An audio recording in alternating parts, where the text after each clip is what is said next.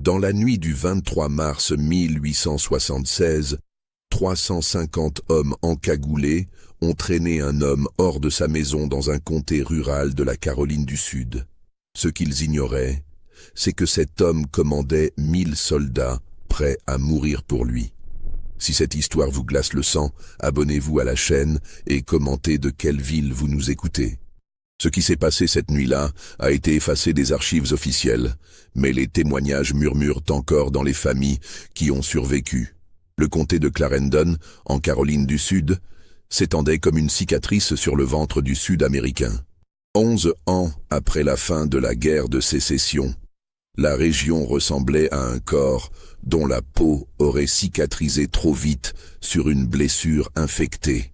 Les plantations démembrées continuaient de produire du coton et du tabac, mais les mains qui travaillaient la terre n'étaient plus enchaînées par la loi, seulement par la peur et la nécessité économique. Les routes poussiéreuses qui serpentaient entre les champs de coton menaient à de petites communautés où les Noirs affranchis avaient établi leurs propres églises, leurs propres écoles, leurs propres commerces. C'était une époque étrange, suspendue entre deux mondes. La reconstruction avait apporté des promesses de citoyenneté, de vote, de dignité. Mais dans les tavernes où les hommes blancs buvaient du whisky de contrebande, ces mots résonnaient comme une insulte personnelle. La ville de Manning, chef-lieu du comté, comptait à peine 2000 âmes.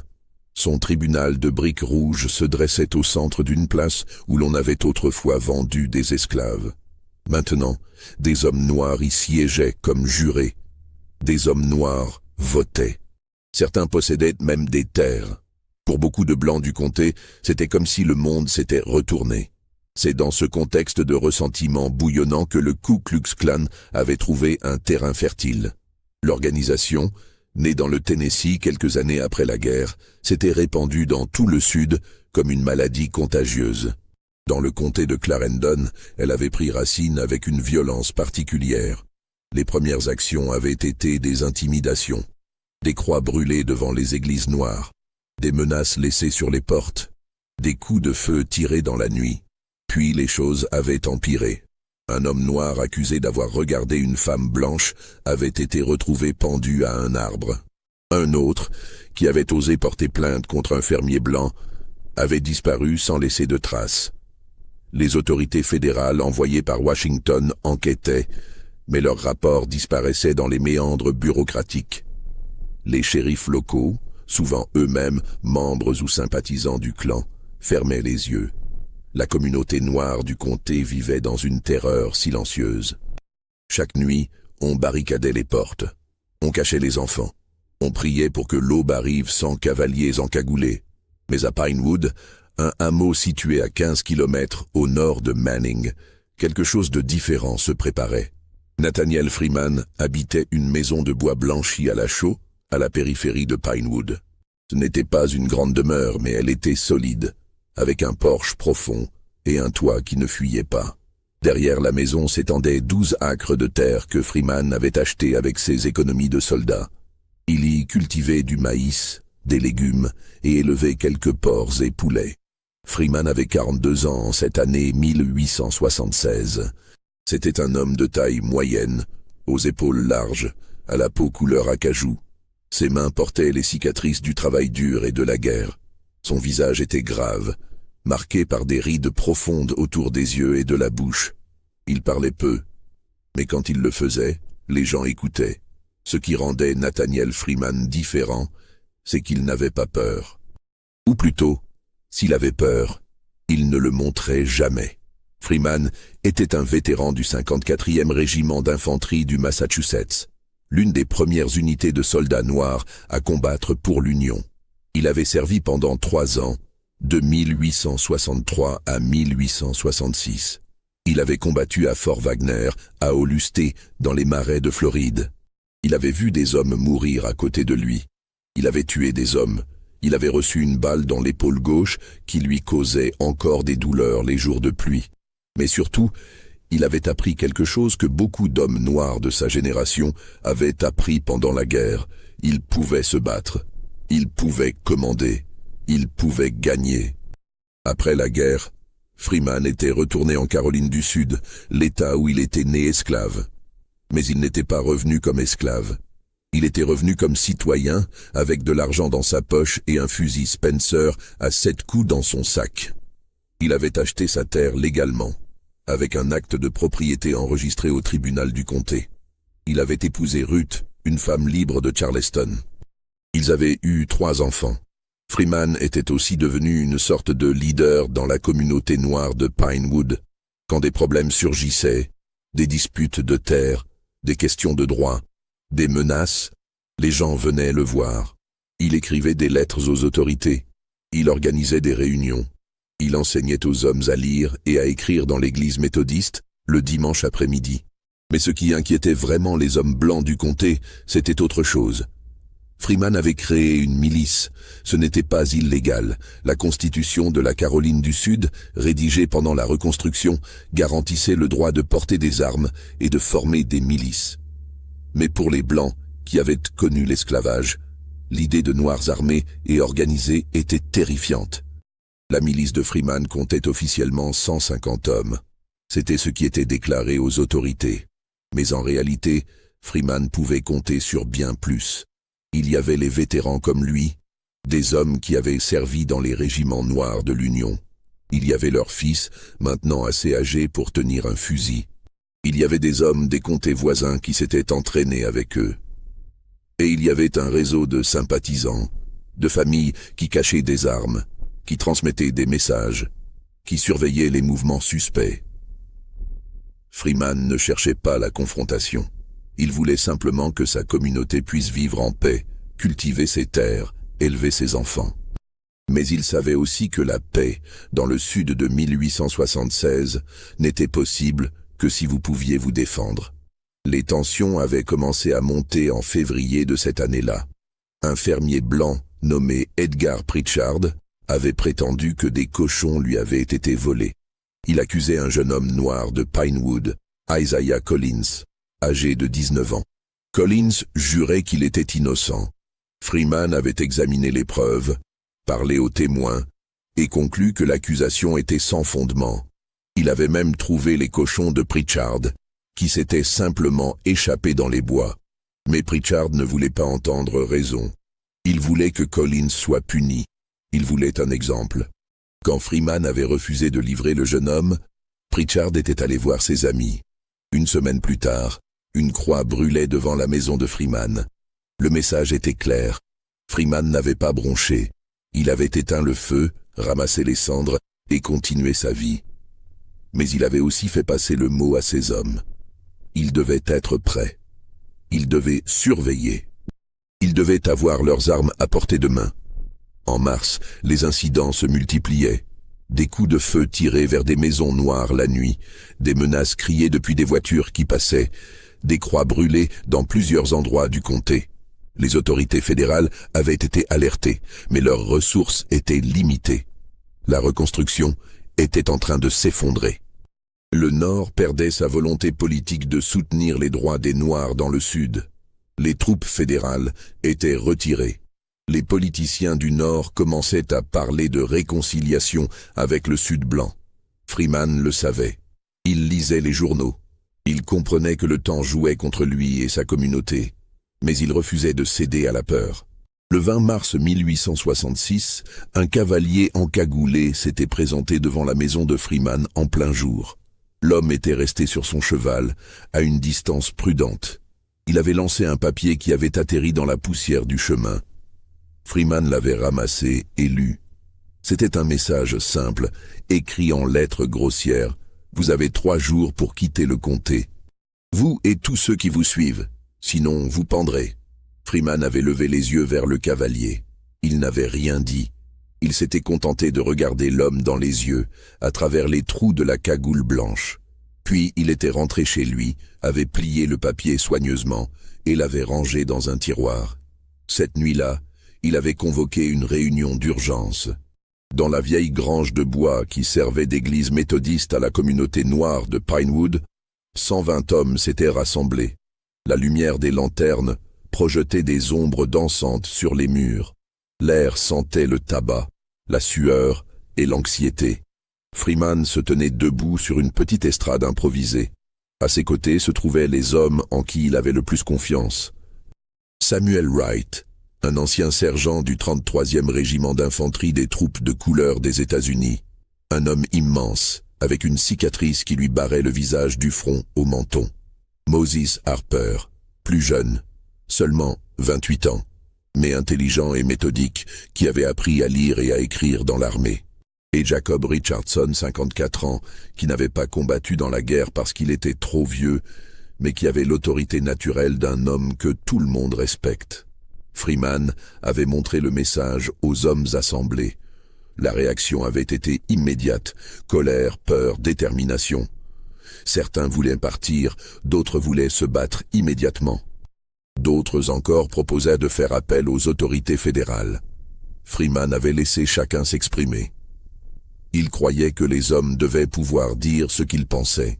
Puis il avait pris la parole. « Nous ne partirons pas », avait-il dit, sa voix calme mais ferme. « Nous avons acheté cette terre. Nous avons travaillé cette terre. Nous avons construit ces maisons. Nous avons payé pour tout cela avec notre sueur et notre sang. Nous ne partirons pas parce que des lâches qui se cachent derrière des masques nous le demandent. » Il avait marqué une pause, laissant ces mots résonner. « Mais nous devons être intelligents. Ils sont nombreux, ils sont organisés, et ils ont des amis dans le shérif, dans le tribunal, dans toutes les institutions du comté. Si nous nous battons, nous devons être prêts à aller jusqu'au bout, parce qu'ils n'accepteront rien d'autre que notre disparition ou notre soumission totale. » Samuel Wright avait alors posé la question que tout le monde pensait. Combien d'hommes pouvons-nous rassembler si les choses tournent mal? Freeman avait sorti un cahier de sa poche. Pendant des mois, il avait tenu une liste. Des noms, des adresses, des capacités. Il avait envoyé des messages discrets à d'autres communautés noires du comté et des comtés voisins. Il avait contacté d'anciens compagnons d'armes. Il avait créé un réseau de communication basé sur des signaux simples. Des lanternes allumées d'une certaine façon, des chemins empruntés à certaines heures, des messages codés laissés dans des lieux convenus. « Si je fais passer le mot, » avait-il dit, « nous pouvons avoir 500 hommes armés ici en moins de 2 jours. Si nous avons plus de temps, nous pouvons en avoir 1000. » Le silence s'était abattu sur l'assemblée. 1000 hommes armés. C'était une armée. Moses Harper avait demandé, et l'armée fédérale, les troupes qui sont encore stationnées à Columbia. Freeman avait secoué la tête. Elles ne viendront pas, ou elles viendront trop tard. Nous devons compter sur nous-mêmes. Jacob Richardson avait alors évoqué le problème moral. Si nous nous battons, des hommes mourront, des deux côtés. Sommes-nous prêts à porter ce poids? Freeman avait regardé le vieil homme droit dans les yeux. Je ne cherche pas la guerre, je ne veux pas de sang versé, mais je ne laisserai pas ma famille être terrorisée. Je ne laisserai pas notre communauté être détruite. Si nous devons nous battre pour survivre, alors nous nous battrons. Et si des hommes doivent mourir pour que nos enfants puissent vivre libres, alors qu'il en soit ainsi. Les 3 jours qui avaient suivi avaient été tendus. Freeman avait fait circuler des messages. Des cavaliers noirs avaient parcouru les routes de nuit, s'arrêtant dans des fermes isolées, murmurant des instructions. Les armes avaient été vérifiées, nettoyées, chargées, les munitions comptées, des cachettes préparées, des plans établis. Freeman savait que le clan surveillait ses mouvements. C'était inévitable. Mais il comptait sur leur arrogance. Il comptait sur le fait qu'ils le voyaient comme un noir présomptueux qui devait être remis à sa place, pas comme un commandant militaire qui pouvait mobiliser une force significative. Pendant ce temps, du côté des Blancs, les préparatifs avançaient également. Edgar Pritchard, l'homme dont les cochons avaient supposément été volés, était devenu le fer de lance de l'action contre Freeman. Pritchard n'était pas un homme important dans le comté. Il n'avait pas d'éducation, pas de fortune, pas de statut social particulier. Mais il avait de la rage. Il détestait voir des Noirs posséder des terres, voter, se comporter comme des égaux. Pour lui, Freeman représentait tout ce qui n'allait pas dans le Nouveau Sud. Pritchard avait contacté les leaders locaux du clan. Des fermiers, des commerçants, quelques avocats, même un pasteur baptiste. Ces hommes se réunissaient dans le sous-sol d'une taverne à la périphérie de Manning. C'était là qu'ils planifiaient leurs actions, cachés derrière leurs robes et leurs cagoules blanches. Le plan était simple, faire un exemple de Freeman.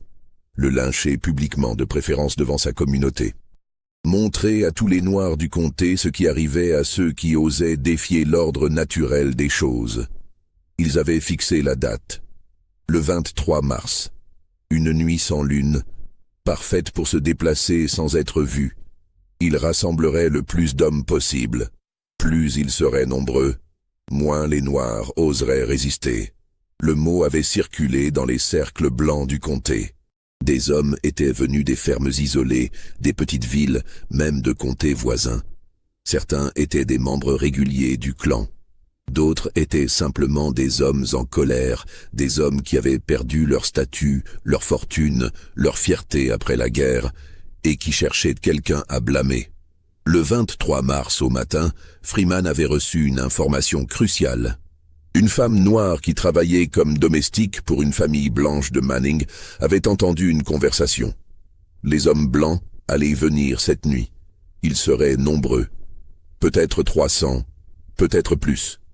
Freeman avait immédiatement activé son réseau. Les messages étaient partis dans toutes les directions. Les hommes devaient se rassembler. Pas à Pinewood, où ils seraient trop visibles, mais dans les bois à 3 kilomètres au nord, près d'un ancien campement de bûcherons abandonné. Ils devaient venir armés. Ils devaient venir silencieusement. Et ils devaient être prêts à se battre.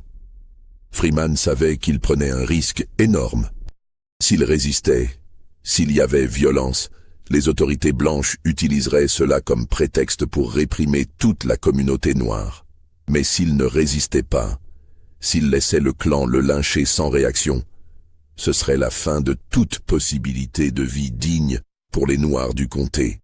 La terreur régnerait sans limite. Il avait fait son choix. Il se battrait. La journée du 23 mars avait été étrangement calme. Un soleil pâle brillait sur les champs de coton qui commençaient à verdir. Les oiseaux chantaient dans les arbres. Les enfants jouaient devant les maisons. Mais sous cette apparence de normalité, une tension électrique parcourait Pinewood. Freeman avait passé la journée à préparer sa famille. Il avait dit à Ruth de prendre les enfants et d'aller chez sa sœur à Charleston. Ruth avait refusé d'abord, mais Freeman avait insisté. « Si les choses tournent mal, avait-il dit, tu dois être loin d'ici. Tu dois protéger les enfants. » Ruth avait finalement accepté. Elle avait fait ses bagages en silence, les larmes coulant sur ses joues. Avant de partir, elle avait pris le visage de son mari entre ses mains. « Tu me promets de revenir » avait-elle dit. Ce n'était pas une question, c'était un ordre. Freeman avait embrassé son front. « Je ferai tout ce que je peux. » Après le départ de sa famille, Freeman avait vérifié ses armes. Il possédait son fusil Spencer, un revolver Colt et un vieux mousquet qu'il gardait en réserve. Il avait aussi des munitions, soigneusement stockées dans des boîtes étanches. Il avait chargé ses armes, les avait posées sur la table de la cuisine, puis avait attendu. Dans les bois au nord de Pinewood, les hommes commençaient à arriver. Ils venaient par petits groupes, empruntant des chemins détournés, évitant les routes principales. Beaucoup étaient à pied. Certains arrivaient à cheval. Tous étaient armés. Samuel Wright dirigeait les opérations au campement. Il avait disposé des sentinelles sur les routes d'approche. Il avait organisé les hommes en groupes selon leurs capacités. Ceux qui savaient tirer, ceux qui connaissaient les tactiques militaires, ceux qui pouvaient servir de coureurs pour transmettre des messages. Il avait aussi préparé des positions défensives, utilisant les arbres et le terrain accidenté comme protection. À la tombée de la nuit, ils étaient 732 hommes, pas 1000, comme Freeman l'avait espéré, mais suffisamment. 732 hommes noirs armés, la plupart d'entre eux des vétérans de la guerre de sécession, tous déterminés à protéger leur communauté. Pendant ce temps, à Manning, les membres du clan se rassemblaient également. Ils se retrouvaient par groupes à différents endroits de la ville, puis convergeaient vers un point de rendez-vous à l'extérieur de la ville. Edgar Pritchard était là, son visage rouge d'excitation et de whisky. Il y avait aussi des hommes plus respectables, le propriétaire du magasin général, un avocat, 2 fermiers prospères, même le fils d'un juge. Ils enfilaient leurs robes blanches, ajustaient leurs cagoules. Certains portaient des torches, d'autres des fouets. Beaucoup avaient des armes à feu, mais ils ne s'attendaient pas à en avoir besoin. Ils pensaient que la simple vue de 350 hommes du clan suffirait à terroriser n'importe quelle communauté noire. À 22 heures, la colonne du clan s'était mise en route vers Pinewood. Ils chevauchaient lentement, savourant l'anticipation. Ils chantaient des chansons, criaient des insultes, se passaient des flacons de whisky. C'était presque une fête pour eux, une célébration de leur pouvoir retrouvé. Ils ne savaient pas qu'ils étaient observés. Des sentinelles noires, postées le long de la route, les regardaient passer. Elles comptaient les hommes, notaient leurs armes, puis couraient, porter l'information au campement dans les bois. Freeman recevait les rapports, ajustait ses plans. Quand la colonne du clan atteignit Pinewood, le village semblait désert. Les maisons étaient sombres. Aucun bruit, aucun mouvement. Les hommes blancs trouvèrent cela étrange, mais ils l'interprétèrent comme un signe de peur. Les Noirs se cachaient, terrorisés. Parfait. Edgar Pritchard mena le groupe directement vers la maison de Freeman. Quand ils arrivèrent, ils trouvèrent les portes ouvertes, les fenêtres brisées. La maison était vide. « Il s'est enfui !» cria quelqu'un avec mépris. « Le lâche s'est enfui !» Mais Pritchard n'était pas convaincu. Il avait entendu parler de Freeman. Il savait que ce n'était pas un homme qui fuyait. Il regarda autour de lui, soudain nerveux. « Fouille les maisons !» ordonna-t-il. « Trouve-le. Trouve n'importe lequel d'entre eux. » Les hommes du clan se dispersèrent dans le village, enfonçant des portes, brisant des fenêtres. Mais toutes les maisons étaient vides. Toute la population noire de Pinewood avait disparu. C'est alors qu'ils entendirent un bruit. Un homme marchait sur la route principale du village, seul, sans armes visibles. Il avançait calmement, ses bottes soulevant de petits nuages de poussière. C'était Nathaniel Freeman. Freeman s'arrêta à une vingtaine de mètres du groupe du clan. La lumière des torches éclairait son visage, calme et impassible. Il ne montrait aucune peur, aucune hésitation. Edgar Pritchard descendit de son cheval, suivi par une dizaine d'autres hommes. Ils s'approchèrent de Freeman, formant un demi-cercle autour de lui. « Tu as reçu notre avertissement », dit Pritchard, sa voix éraillée par l'alcool et l'excitation. « Tu devais partir, mais tu es encore là. » Freeman ne répondit pas immédiatement. Il regardait les hommes encagoulés, comptant mentalement leur nombre. 350, peut-être un peu moins. Tous à cheval ou à pied. Certains armés, d'autres avec des fouets et des torches. Des hommes en colère, excités, certains ivres. Dangereux, mais pas disciplinés. « Je suis sur ma terre », dit finalement Freeman. « J'ai un acte de propriété légal. J'ai le droit d'être ici. » Pritchard cracha dans la poussière. « Tu n'as aucun droit, nègre. Tu n'as que ce qu'on te donne. Et nous, on te donne la corde. » Les hommes autour de lui rirent. Quelqu'un lança une corde avec un nœud coulant qui atterrit au pied de Freeman. Il la regarda sans broncher. « Vous faites une erreur, » dit Freeman, sa voix toujours calme. « Une erreur que vous allez regretter. »« Ah oui, » ricana Pritchard. « Et qui va nous faire regretter ? Toi ? Tes amis nègres ? Regarde autour de toi. Vous êtes tout partis, vous vous êtes cachés comme des rats. Il n'y a personne pour te sauver. » Freeman leva légèrement la tête, et pour la première fois, un léger sourire apparut sur ses lèvres. Ce sourire mit Pritchard mal à l'aise, sans qu'il sache pourquoi. « Ils ne se sont pas cachés, » dit Freeman. « Ils vous attendent. » Pritchard fronça les sourcils. « Qu'est-ce que tu racontes ?» Freeman ne répondit pas. Au lieu de cela, il leva lentement la main droite, forma un poing, puis l'ouvrit brusquement. C'était un signal. Pendant un instant, rien ne se passa. Puis de toutes les directions, des lumières apparurent. Des lanternes, des torches, des dizaines, des centaines. Elles encerclaient Pinewood, formant un anneau de lumière autour du village.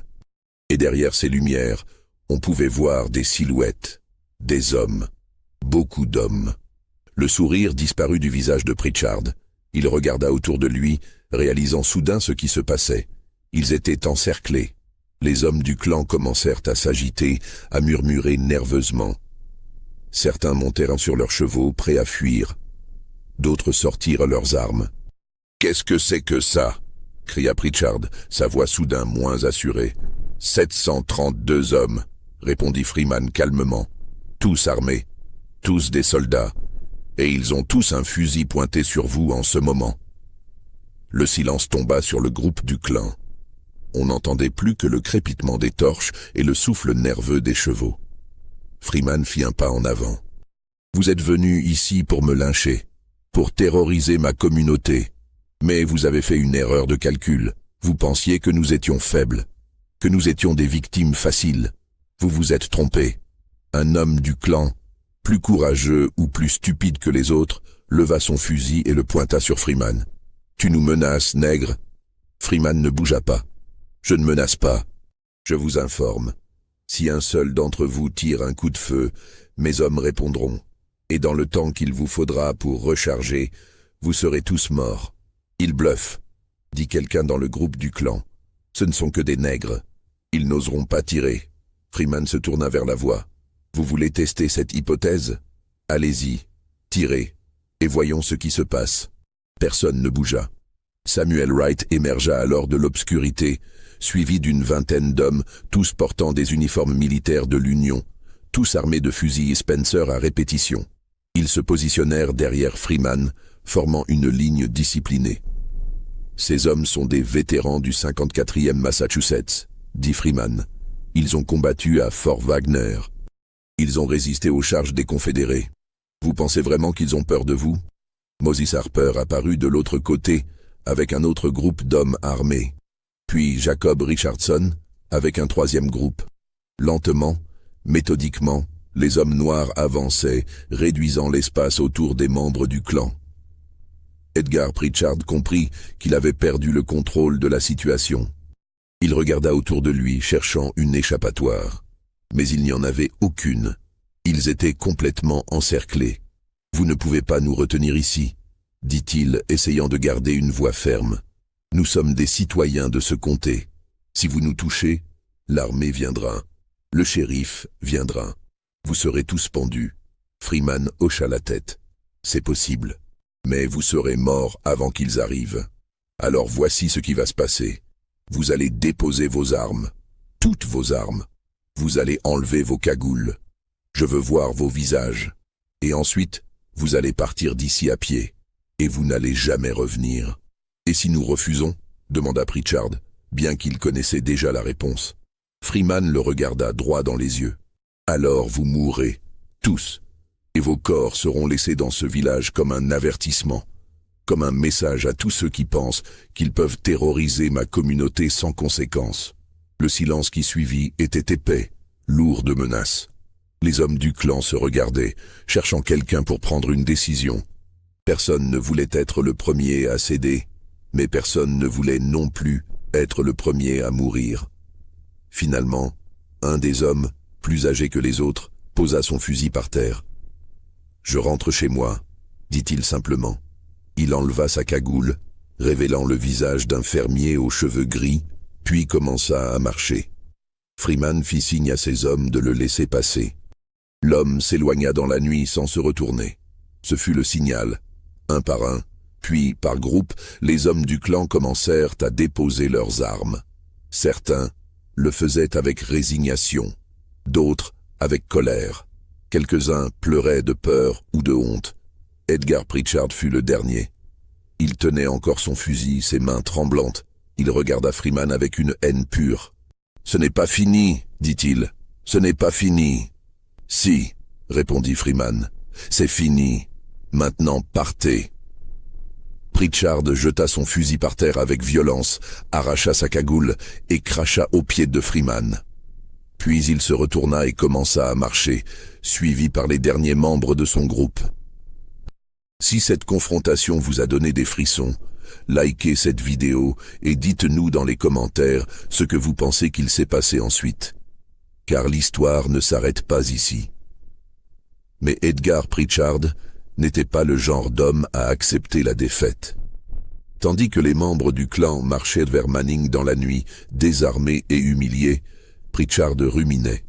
Il ne pouvait pas laisser passer cette insulte, il ne pouvait pas accepter d'avoir été vaincu par des Noirs.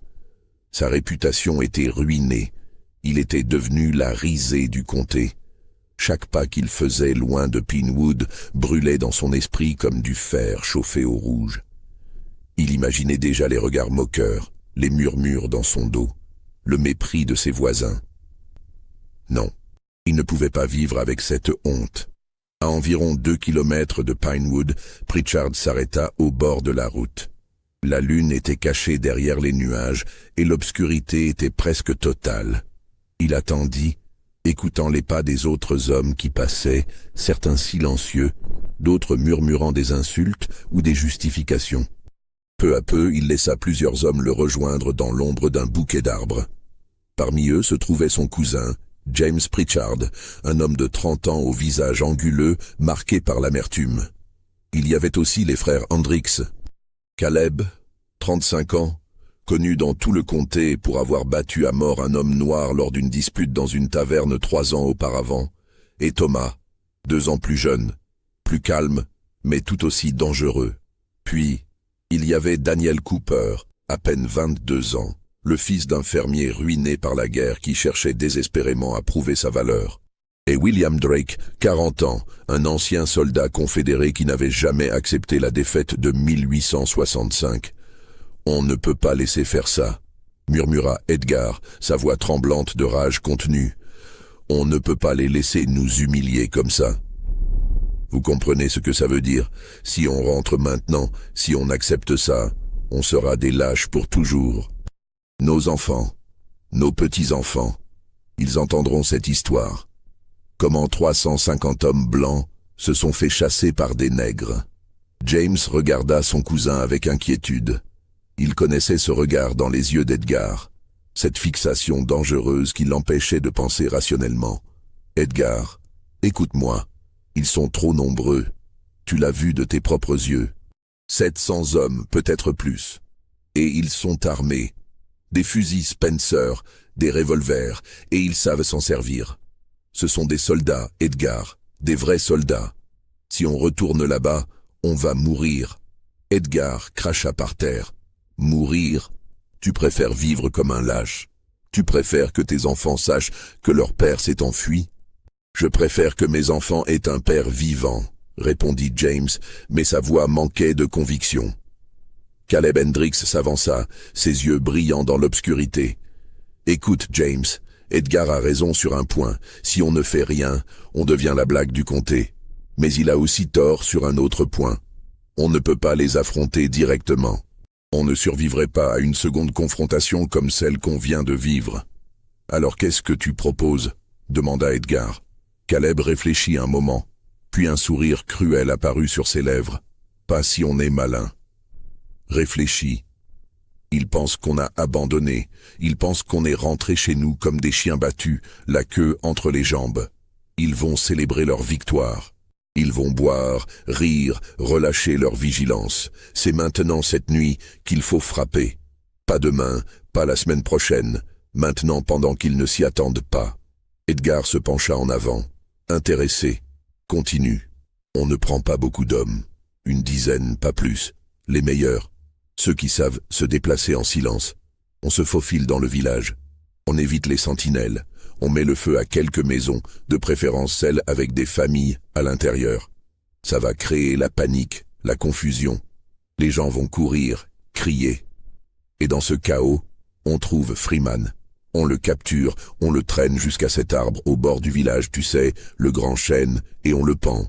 On le laisse là pour que tout le monde le voie au matin. Ensuite, on disparaît dans la nuit, avant qu'il puisse s'organiser. Thomas Hendricks hocha la tête. Ça pourrait marcher. S'ils sont dispersés, s'ils pensent que le danger est passé, on peut les prendre par surprise. On frappe vite, on frappe fort, et on s'en va. William Drake, l'ancien confédéré, fronça les sourcils. « Et s'ils ont encore des sentinelles? S'ils nous attendent ?»« Ils ne nous attendent pas, » répondit Edgar avec conviction. « Regarde-les, ils ont gagné, ils pensent que c'est fini. Freeman est un stratège, je lui accorde ça, mais il ne peut pas garder 700 hommes en alerte toute la nuit. Ils vont se disperser, ils vont baisser leur garde. » Daniel Cooper, le jeune homme, intervint pour la première fois. « Et si on se fait prendre? Si ça tourne mal ?» Edgar le regarda durement. « Alors on meurt. Mais au moins on meurt en homme, pas en lâche.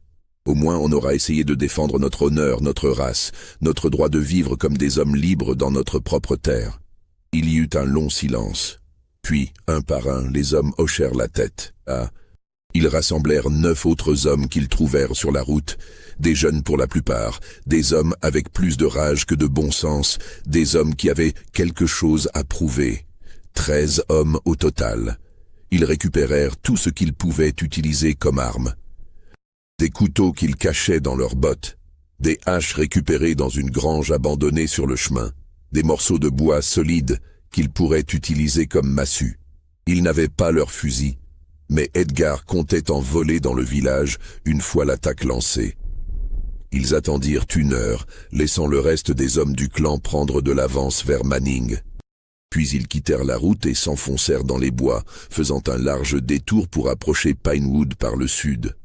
Ce qu'Edgar Pritchard ne savait pas, ce qu'il ne pouvait pas savoir, c'est que Freeman avait anticipé exactement cette possibilité. Freeman connaissait les hommes, il avait combattu pendant 3 ans. Il avait vu des hommes affronter la mort avec courage et d'autres fuir dans la panique. Il avait appris à lire les intentions dans les regards, à sentir le danger avant qu'il ne frappe. Et il savait, avec une certitude absolue, que des hommes comme Pritchard ne pouvaient pas accepter la défaite. Leur orgueil ne le leur permettrait pas. Ils reviendraient. Alors, pendant que la majorité des hommes noirs de Pinewood célébraient leur victoire, Freeman avait réuni ses commandants dans la grange. Samuel Wright était là, ainsi que Moses Harper et Jacob Richardson. Ils avaient parlé à voix basse, évaluant la situation. « Ils reviendront », avait dit Freeman. « Pas tous, mais certains. Les plus enragés, les plus stupides, ceux qui préfèrent mourir plutôt que d'accepter l'humiliation. » Samuel avait acquiescé. « Combien de temps on a? 7 nuits. S'ils reviennent, ce sera 7 nuits, pendant qu'ils pensent qu'on baisse notre garde. Il faut poster des sentinelles sur toutes les routes d'approche. Il faut garder des hommes en alerte, et il faut être prêt à fermer le piège. » Moses avait posé la question difficile. « Et quand on les attrape, qu'est-ce qu'on fait d'eux ?» Freeman avait regardé chacun de ces hommes dans les yeux. « On verra, mais ils auront choisi leur propre sort. » Ils avaient posté des sentinelles sur chaque chemin menant au village. Des hommes dans les arbres, d'autres cachés dans les buissons, équipés de lanternes couvertes pour signaler tout mouvement suspect. 100 hommes armés restèrent cachés dans les bois autour du village, disposés en cercle concentrique. Freeman avait aussi fait installer des fils de fer tendus bas entre les arbres sur les chemins d'approche, assez hauts pour ne pas gêner un homme debout, mais assez bas pour faire trébucher quelqu'un qui courait dans l'obscurité.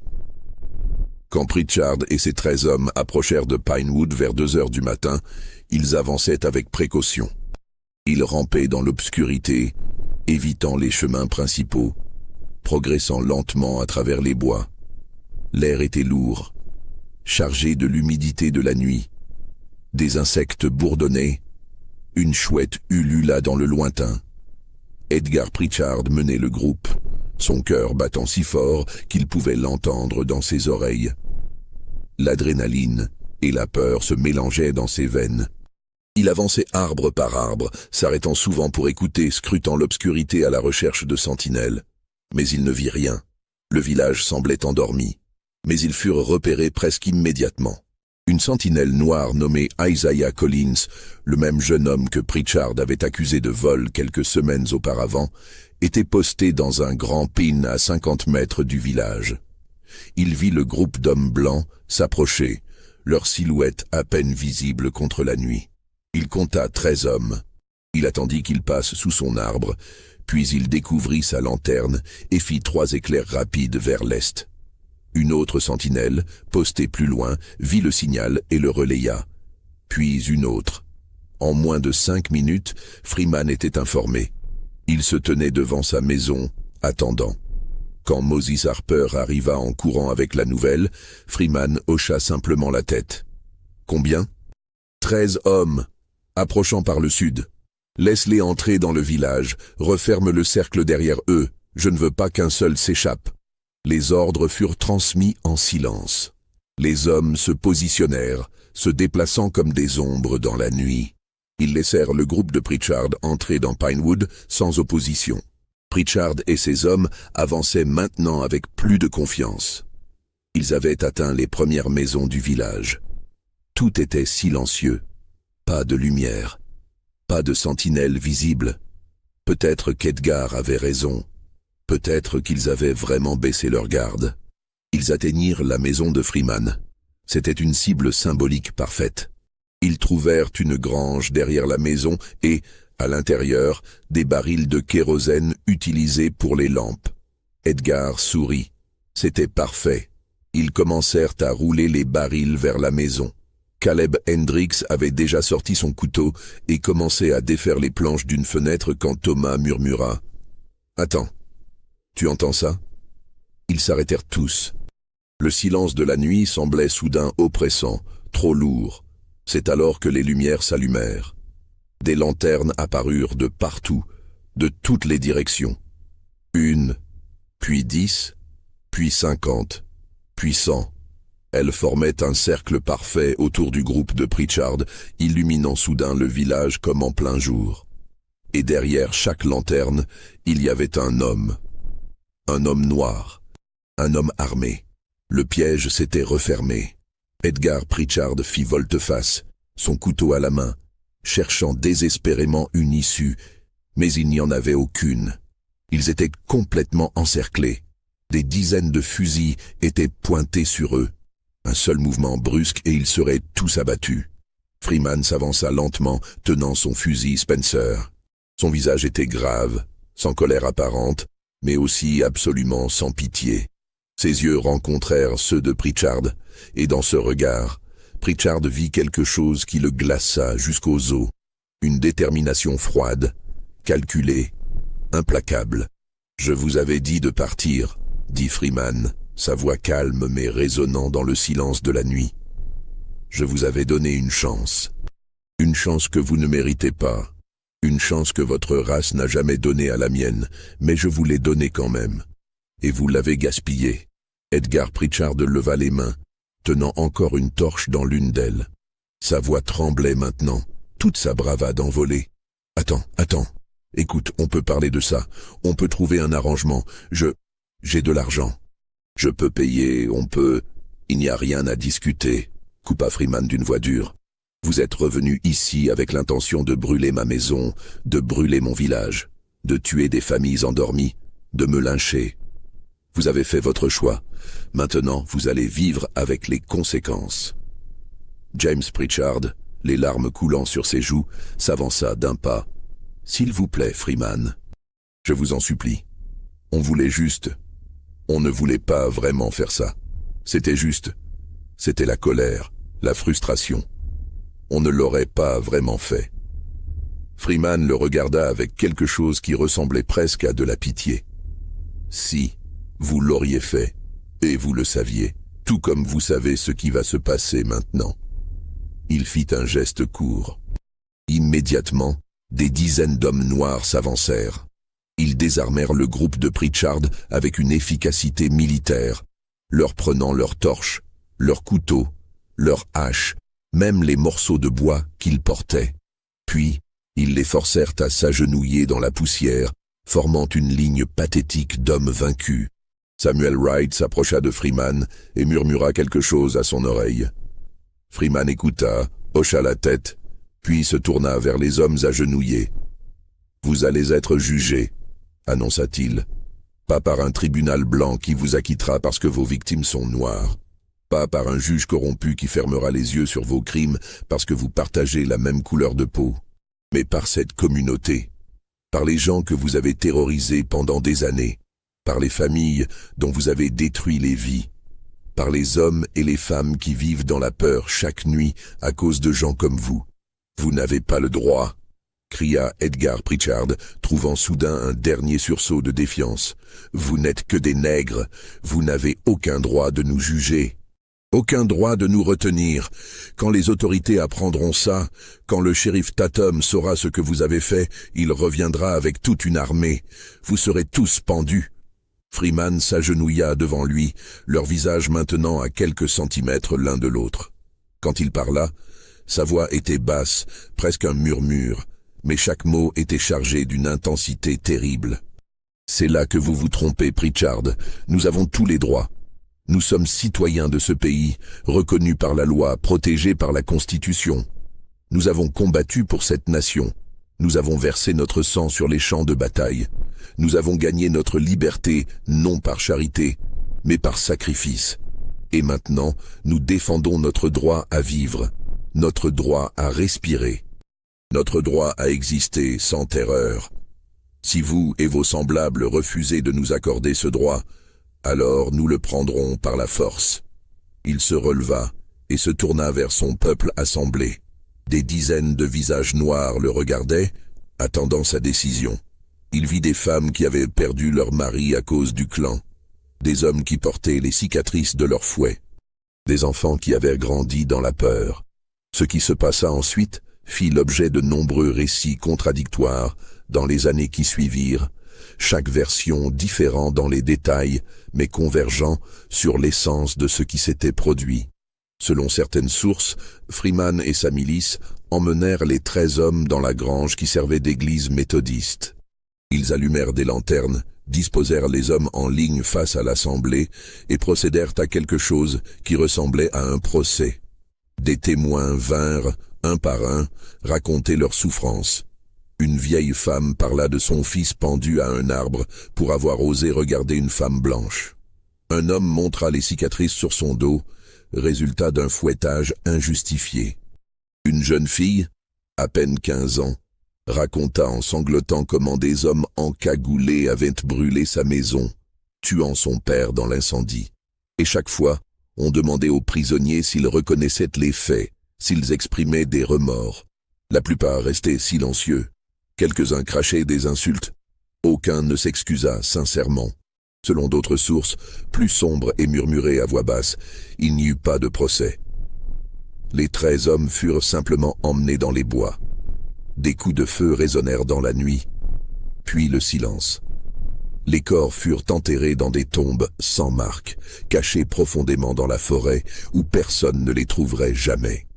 Selon d'autres encore, les hommes furent sévèrement battus, leurs visages rendus méconnaissables, puis relâchés avec l'avertissement qu'ils seraient tués s'ils racontaient ce qui s'était passé. On leur dit de dire qu'ils avaient été attaqués par des bandits de grand chemin, ou qu'ils s'étaient perdus dans les bois et avaient été blessés en tombant. La vérité est probablement quelque part entre ces récits, enfouie dans le silence que tous ceux qui étaient présents cette nuit-là choisirent de garder. Ce qui est certain, c'est que 13 hommes blancs entrèrent dans Pinewood cette nuit du 23 mars 1876 et que seulement 4 en sortirent vivants. Edgar Pritchard n'était pas parmi les survivants. Son cousin James non plus, ni les frères Hendricks. Les 4 hommes qui survécurent, William Drake, Daniel Cooper et 2 autres dont les noms ne furent jamais clairement établis, arrivèrent à Manning à l'aube. Ils étaient couverts de sang et de poussière, le regard vide, en état de choc.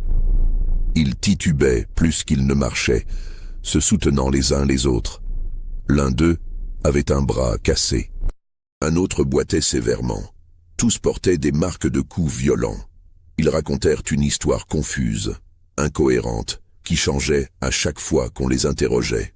D'abord, ils dirent qu'ils avaient été attaqués par surprise dans les bois par des dizaines d'hommes noirs. Puis ils dirent qu'il y avait eu une fusillade, bien qu'aucun d'eux ne portât d'arme à feu. Ensuite, ils prétendirent qu'ils s'étaient perdus et avaient été pris dans une embuscade. William Drake marmonnait sans cesse quelque chose à propos d'yeux dans l'obscurité, de mains qui les avaient saisis, deux voix qui prononçaient des jugements. Le shérif William Tatum, réveillé en urgence, écouta leur récit avec une inquiétude croissante. Il connaissait Edgar Pritchard. Il savait que ces hommes faisaient partie du groupe qui était allé à Pinewood. Et il savait que si ce que ces survivants disaient était vrai, même partiellement, alors quelque chose d'extraordinaire et de terrifiant s'était produit. Il organisa immédiatement une expédition punitive. Il rassembla 200 hommes armés, des membres du clan, mais aussi des citoyens ordinaires, des fermiers, des commerçants, tous blancs, tous indignés par ce qui semblait être un massacre d'hommes de leur race par des Noirs. Ils marchèrent vers Pinewood au lever du soleil, prêts à la guerre. Mais quand ils arrivèrent, le village était vide, complètement vide. Chaque maison abandonnée. Aucun signe de la population noire. Aucun corps. Aucune trace de violence récente. Aucune preuve de quoi que ce soit. C'était comme si les habitants de Pinewood s'étaient évaporés dans la nuit, emportant avec eux tous leurs secrets. Les autorités fédérales furent finalement alertées 3 jours après les événements. Le télégraphe transmit des messages urgents entre Manning, Columbia et Washington. Un incident racial majeur s'était produit en Caroline du Sud. Des hommes blancs avaient disparu. Il y avait eu violence. La situation était explosive. Un enquêteur fédéral nommé Marcus Thornton fut envoyé de Washington avec des instructions claires. Établir les faits, identifier les responsables, restaurer l'ordre. Thornton était un vétéran de l'Union, un homme méticuleux qui avait enquêté sur plusieurs incidents du clan dans d'autres États du Sud. Il arriva à Manning le 28 mars, accompagné de 2 assistants et d'une escorte militaire de 20 soldats fédéraux. Sa première action fut d'interroger les 4 survivants. Il les fit venir séparément dans une salle du tribunal, accompagnés chacun par un sténographe qui nota chaque mot prononcé. William Drake, l'ancien soldat confédéré, fut le premier. Son témoignage dura 3 heures. Il raconta comment 350 hommes étaient allés à Pinewood pour confronter Nathaniel Freeman, comment ils avaient été encerclés par une force beaucoup plus importante, comment ils avaient été désarmés et forcés de partir. Puis il décrivit comment Edgar Pritchard avait convaincu 13 hommes de retourner au village pour une attaque surprise. Jusqu'ici, son récit était cohérent et détaillé. Mais quand Thornton lui demanda ce qui s'était passé exactement après leur entrée dans Pinewood, le témoignage de Drake devint confus, presque incohérent. Il parlait d'être encerclé à nouveau, de lumière qui apparaissait de nulle part, de dizaines d'hommes noirs sortant de l'obscurité. Il mentionnait Freeman qui les jugeait, qui prononçait des sentences. Puis, il y avait un trou dans son récit, un vide qu'il ne pouvait ou ne voulait pas remplir. « Que s'est-il passé exactement pendant ce jugement ?» demanda Thornton. Drake le regarda avec des yeux vides. « Je ne sais pas. Je ne me souviens pas clairement. Il y avait des coups, des cris, puis j'étais dehors, dans les bois, courant. Je ne sais pas comment je me suis échappé. Je ne me souviens de rien. » Daniel Cooper, le jeune homme de 22 ans, raconta une version similaire jusqu'à un certain point, puis commença à divaguer. Il parla d'un procès dans une grange, de témoins qui racontaient des atrocités, de Freeman qui posait des questions auxquelles personne ne pouvait répondre. Puis il mentionna avoir été frappé à la tête et s'être réveillé sur la route de Manning, seul, sans savoir comment il était arrivé là. Les 2 autres survivants, interrogés ensuite, fournirent des récits encore plus fragmentaires. L'un d'eux pleura pendant tout l'interrogatoire, incapable de former des phrases cohérentes. L'autre refusa de parler après avoir raconté les événements de base, affirmant simplement qu'il avait vu des choses qu'il ne voulait pas se rappeler. Thornton était perplexe. Les 4 hommes semblaient terrifiés non seulement par ce qui leur était arrivé, mais par l'idée même d'en parler. Comme s'ils avaient reçu des menaces de représailles. À Pinewood, le village était effectivement désert, les maisons intactes mais vides, les puits fonctionnaient encore, mais aucun signe de vie humaine.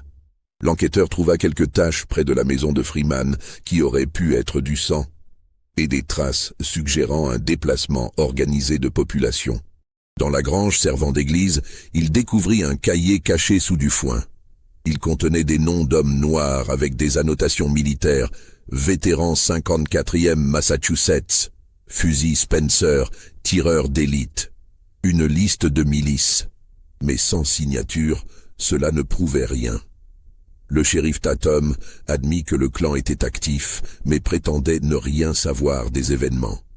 Les habitants blancs refusaient de parler ou exprimaient leur mépris pour les autorités fédérales. Les Noirs semblaient terrifiés, donnaient des réponses évasives. Plusieurs familles disparurent pendant l'enquête. Thornton chercha désespérément Freeman.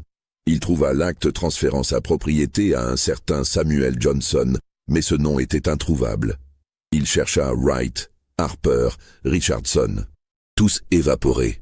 Après 3 semaines d'enquête, Thornton comprenait ce qui s'était probablement passé. Freeman avait organisé une milice bien armée.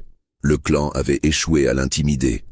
Un groupe plus petit était revenu et avait été capturé. Ces hommes avaient probablement été tués. Puis toute la communauté s'était dispersée pour éviter les représailles. Il rédigea son rapport documentant tout ce qu'il avait trouvé, concluant qu'il y avait eu une confrontation armée majeure résultant en la mort probable de 9 à 13 hommes blancs. Mais sans responsables identifiables, sans chaîne de commandement claire, sans corps ni témoins fiables. Il recommanda de classer l'affaire avec surveillance continue. Le rapport fut envoyé à Washington, lu, classé et oublié. Le gouvernement, retirant déjà son soutien à la reconstruction, n'avait ni l'énergie ni la volonté de poursuivre. Dans les années qui suivirent, des rumeurs circulèrent dans tout le Sud, murmurées dans les cuisines, racontées dans les églises noires. Les versions variaient. Certains disaient que Freeman avait fui vers le nord, d'autres qu'il était parti vers l'ouest rejoindre les communautés noires du Kansas. D'autres murmuraient qu'il n'était jamais parti, vivant toujours dans le comté sous un faux nom. Il y avait aussi des histoires sur les 9 hommes disparus, enterrés dans les bois, jetés dans la rivière Santé, leurs corps jamais retrouvés. Le Ku Klux Klan continua ses activités, mais après Pinewood, ils furent plus prudents avec les communautés organisées. La reconstruction s'effondra en 1877. Les droits des Noirs furent supprimés. La ségrégation devint légale. Mais dans certaines communautés, des hommes noirs gardèrent leurs armes, se souvenant que la liberté devait être défendue. Dans les années qui suivirent, des rumeurs circulèrent. Certains disaient que Freeman et ses hommes avaient fui vers le nord, vers New York ou Boston, où ils vivaient sous de nouveaux noms. D'autres affirmaient qu'ils étaient partis vers l'ouest, vers le Kansas ou le territoire indien, où des communautés noires indépendantes se formaient. D'autres encore murmuraient qu'il n'était jamais parti, qu'il vivait toujours dans le comté, caché en pleine vue, utilisant de fausses identités. Que Freeman lui-même travaillait comme menuisier dans une ville voisine, surveillant toujours, protégeant toujours. Il y avait aussi des histoires plus sombres. Des histoires sur ce qui était arrivé aux 9 hommes blancs qui n'étaient jamais revenus de Pinewood cette nuit-là. Certains disaient que leurs corps avaient été enterrés dans les bois, dans des tombes marquées seulement par des pierres. D'autres affirmaient qu'ils avaient été jetés dans la rivière Santé, attachés avec des poids, leurs corps jamais retrouvés. La vérité, comme souvent, fut ensevelie sous des couches de silence et d'oubli. Le Ku Klux Klan continua ses activités dans le comté de Clarendon et dans tout le Sud. Mais après l'incident de Pinewood, ils furent plus prudents. Ils évitèrent de s'attaquer aux communautés noires qui étaient organisées et armées. Ils choisirent des cibles plus faciles, plus isolées. La reconstruction s'effondra complètement dans les années qui suivirent. Les troupes fédérales furent retirées du Sud en 1877, dans le cadre du compromis qui permit à Rutherford Hayes de devenir président. Les droits des Noirs furent progressivement supprimés, les lois Jim Crow furent instaurées, la ségrégation devint légale. Mais dans certaines poches du Sud, dans des communautés discrètes, des hommes noirs gardèrent leurs armes. Ils se souvinrent de ce que Nathaniel Freeman leur avait appris, que la liberté n'était pas donnée, qu'elle devait être défendue. Et quand c'était nécessaire, ils se défendaient. Dans les archives du comté de Clarendon, il existe un document étrange. C'est un acte de vente de la propriété de Nathaniel Freeman, daté du 1er avril 1876. La propriété fut vendue à un certain Samuel Johnson, un nom commun, sans aucun détail permettant de l'identifier. Le prix de vente était de 100 $, un montant dérisoire pour 12 acres de bonne terre. Mais l'écriture sur le document est identique à celle qui apparaît sur d'autres documents signés par Nathaniel Freeman. Et la signature, bien que différente, a été tracée avec la même main. Il est possible que Freeman ait simplement changé de nom et continué à vivre sur sa terre. Il est possible qu'il ait fait cela pour protéger sa famille, pour éviter d'être une cible.